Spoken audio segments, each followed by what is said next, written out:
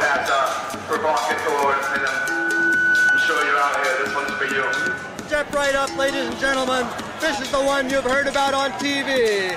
Concrete barriers, barbed wire, snipers, secret police. And it's free to get in. Don't ask about getting out. Today in Boston, it is a disgrace to the First Amendment that protest in some place in this town must take place within a steel cage surrounded by barbed wire. That is anti-democratic. It is un-American. There is a reason why first among all rights in the First Amendment is the right to free speech, the freedom of assembly. These are essential to maintaining a democracy. So on the road from Guantanamo to Abu Ghraib, we insist that we are not going to relinquish anymore any of our rights to free speech, any of our rights to assemble. We must challenge each and every effort to try to keep people away from their government and try to keep people from expressing what's happening with this government.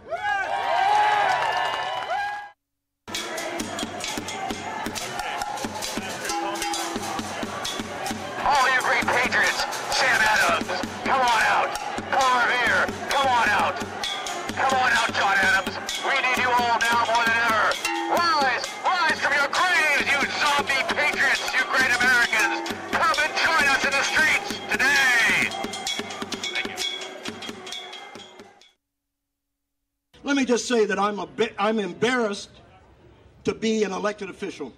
I'm embarrassed because what is clear to me is that we do not have the resources in Boston or the other cities across this country, based on my discussion with other elected officials, to meet the basic needs of the people of our cities or of our country. It's not that we don't have the resources in this country, but it's that the resources have been seized essentially by the corporations of this country, and particularly the military-industrial complex. I don't believe that the people who are elected in Washington have the will to return this country's resources to the people. I believe, as Dr. King said in 1968, it's time for us to go to Washington, D.C., and to not leave Washington, D.C.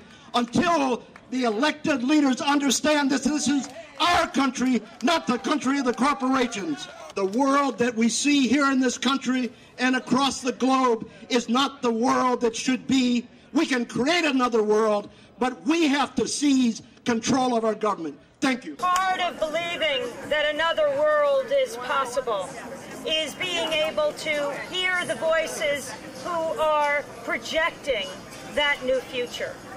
We need an independent media in this country that provides a forum for the full diversity of views. Yes.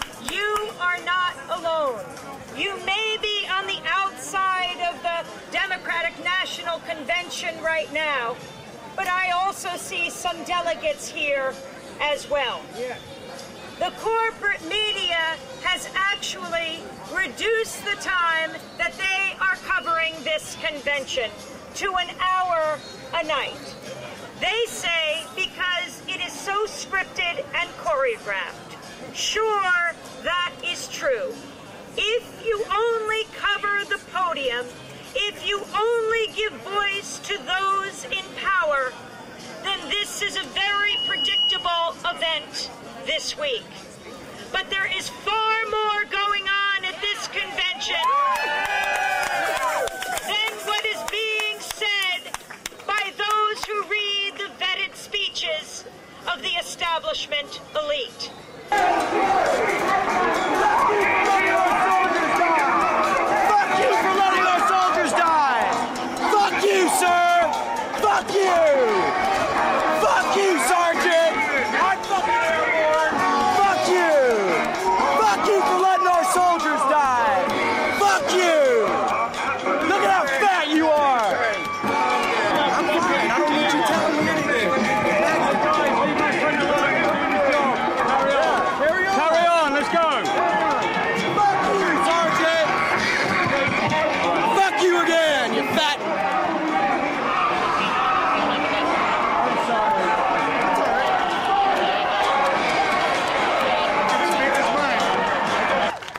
question is, do we believe in democracy? Do we believe in free speech? Do we believe in the right to assemble? And if we do, are we ready to take a stand and insist that we will not give up those rights for a political party, for an election, for a convention, for any reason? We are going to remain united in defense of basic civil liberties, in defense of basic human rights, in defense of our basic humanity. You see, he's trying to trap me. He belongs to the FBI. Everybody with a camera belongs to the FBI. He said he's the established monkey establishment. Vote for a woodchuck. Do not vote for a monkey. Monkeys make lousy presidents. Name one good president in the last 50 years. Do the squirrels in your backyard put on steel helmets and go around killing each other? I don't think so.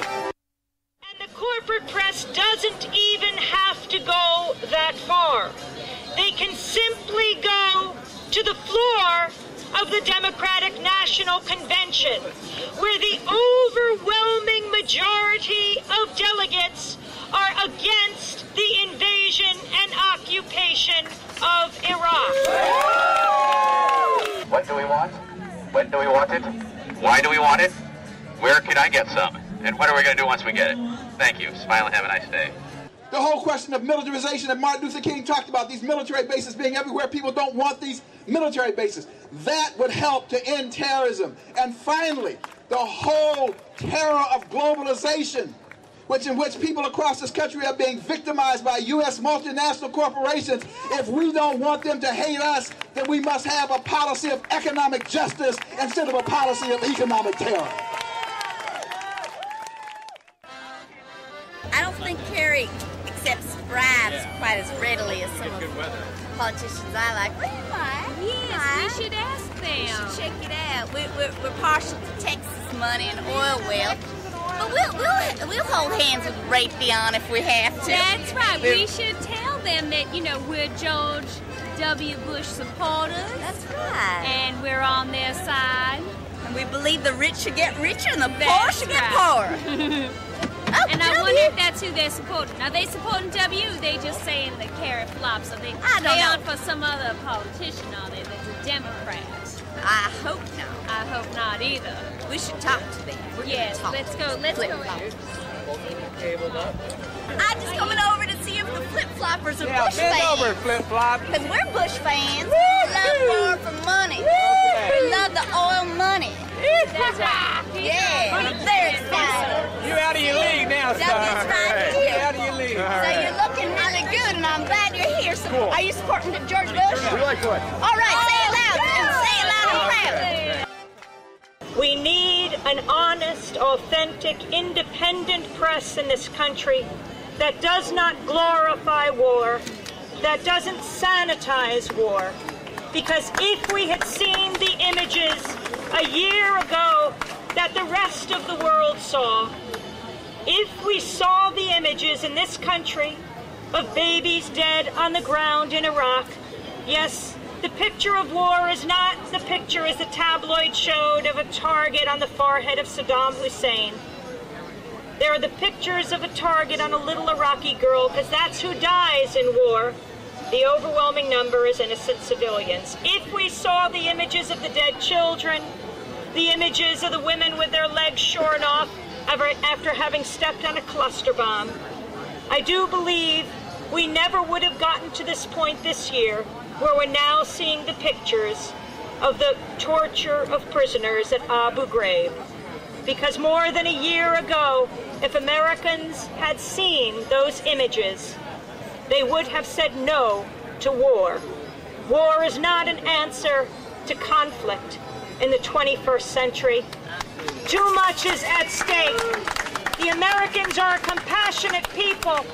If they are simply provided with the information, we must support independent media. We must challenge the corporate media. They are the most powerful institutions on earth, the most powerful weapon the Pentagon has ever deployed.